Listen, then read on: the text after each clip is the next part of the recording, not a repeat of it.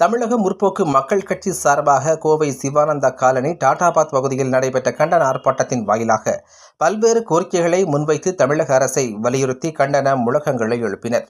தமிழக முற்போக்கு மக்கள் கட்சியின் சார்பாக பல்வேறு கோரிக்கைகளை முன்வைத்து கோவை சிவானந்தா காலனி டாடாபாத் பகுதியில் கண்டன ஆர்ப்பாட்டம் நடைபெற்றது. இந்த ஆர்ப்பாட்டத்தில் இக்கட்சியின் மாநில தலைவர் வழக்கறிஞர் சக்திவேல் கலந்து கொண்டு சிறப்புரையாற்றினார். இந்த ஆர்ப்பாட்டத்தை தமிழக முற்போக்கு மக்கள் கட்சியின் மாநில துணைத் தலைவரும் வழக்கறிஞருமான புஷ்பானந்தம் தலைமை தாங்கினார்.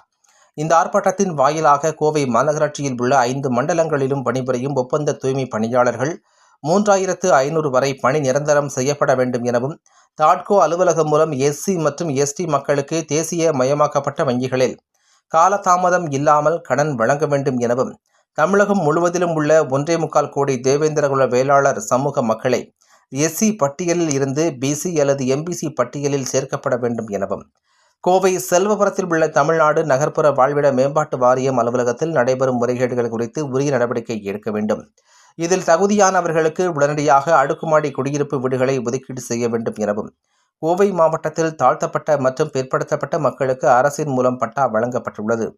ஆனால் இன்று வரை அதற்கான இடத்தை அளவீடு செய்து தரப்படவில்லை எனவும், அவர்களுக்கு உடனுக்குடன் அவர்களது இடங்களை அளவீடு செய்து கொடுக்க வேண்டும்.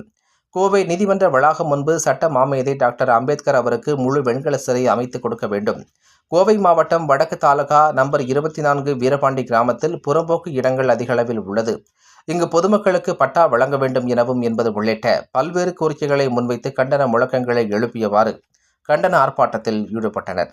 இந்த ஆர்ப்பாட்டத்தில் வழக்கறிஞர் குமாஸ்தாக்கள் லட்சுமி, பத்மா, செல்வராஜ், அமல்ராஜ், பால்ராஜ், அந்தியூர் காமராஜ், பரமேஸ்வரன், வீரன், தேசிய மக்கள் சக்தி சார்பாக தனசேகரன், துடியலூர் உலகநாதன் உள்ளிட்ட பலர் கலந்து கொண்டனர் என்பது குறிப்பிடத்தக்கது.